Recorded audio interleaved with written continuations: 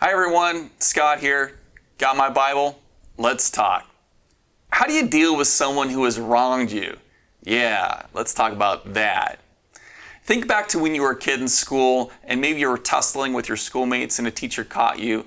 What would invariably be your defense? Well, if you were like me, you probably would have said something like, "They started it." Yeah, they started it. Isn't that the way of it? People push us and we push them back. Someone says something harmful to us and we respond in kind. This is often the way we deal with people when they hurt us. But is it the right way? Jesus had something to say about this to teach us. He said in Matthew 5:38-42, "You've heard that it was said, an eye for an eye and a tooth for a tooth. But I say to you, do not resist the one who is evil. But if anyone slaps you on the right cheek, turn to him the other also.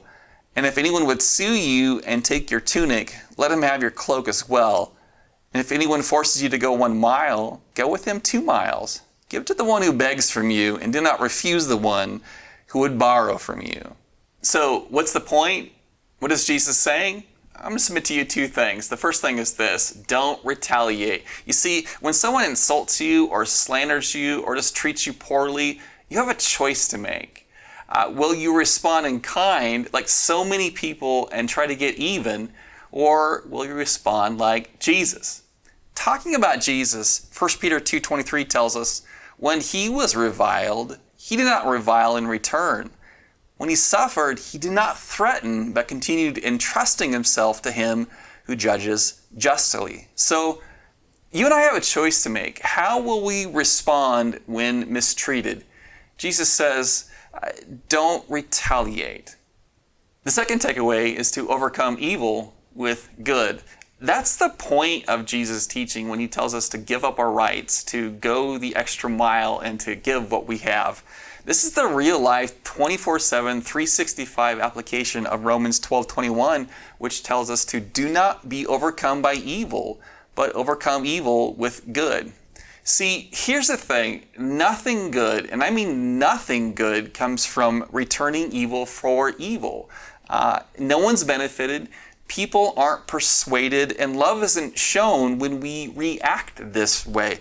So we're not to retaliate, but Jesus actually expects something more from his disciples. He wants us to be kind to our opponents and do good for them. You see, 2 Timothy 2:24-26 tells us, "And the Lord's servant must not be quarrelsome, but kind to everyone, able to teach, patiently enduring evil, correcting his opponents with gentleness.